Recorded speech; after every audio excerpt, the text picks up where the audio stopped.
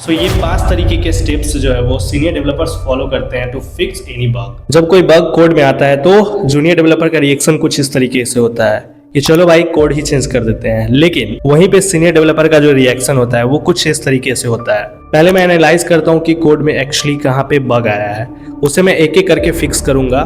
सबसे पहले समझते हैं कि बग क्या है। तो आज हम किसी मोटिवेशनल वाली बात नहीं करेंगे कि अगर कोई बग आता है तो थिंक पॉजिटिव, बी काम, ये सब करना है, नहीं। सो आज हम बात करेंगे बड़े बड़े कंपनीज के सीनियर डेवलपर्स किस तरीके से बग्स फिक्स करते हैं। So let's start. By the way आपको बता दूं कि ये वीडियो जो है वो 3 पार्ट्स में डिवाइडेड है and third part is very important, so watch till the end. Now let's start with part 1। Juniors developer debugging slow क्यों करते हैं? तो जूनियर डेवलपर्स जो है वो 3 मिस्टेक्स करते ही करते हैं जिसकी वजह से उनका जो डिबगिंग टाइम है वो स्लो हो जाता है, जिनमें से मिस्टेक नंबर 1 है गेसिंग। जूनियर्स डेवलपर गेस करते हैं कि हाँ इस लाइन पे जो है वो हो सकता है कि बग हो, या लाइन नंबर 20 पे कुछ बग हो। इस तरीके से वो गेस करते हैं, उससे एग्जैक्टली कुछ पता नहीं होता। तो कोड के अंदर अगर गेस कर रहे हो, it's like gambling. Mistake number 2, random code changes. देखो जूनियर डेवलपर को पता नहीं होता है कि कहाँ पे बग है, इसलिए वो रैंडम कोड को चेंज करते हैं और फिर रन करके चेक करते रहते हैं कि क्या ये कोड फिक्स हुआ कि नहीं। तो ऐसा बिल्कुल नहीं करना है, ये बहुत ज्यादा टाइम खाता है। And number 3, no clear mental model. कई बार ऐसा होता है कि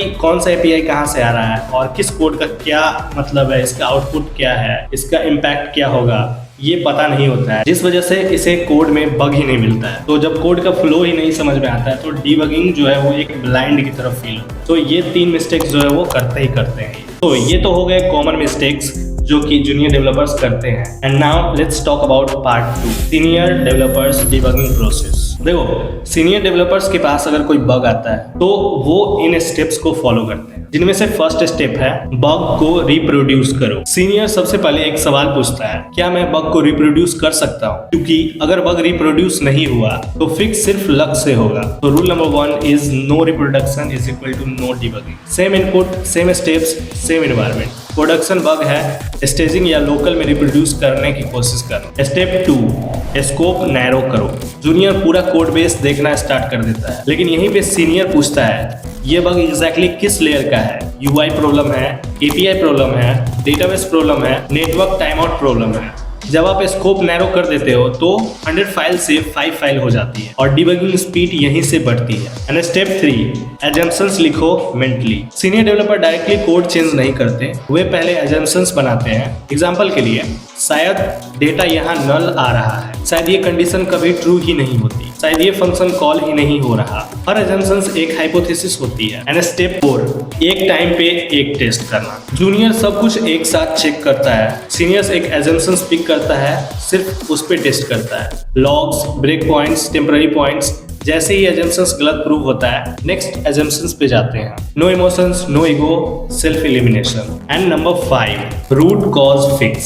सीनियर सिर्फ सिम्टम्स फिक्स नहीं करते, वो पूछता है ये बग पहली बार क्यों आया, validation missing, edge case ignored, bad assumptions in logic.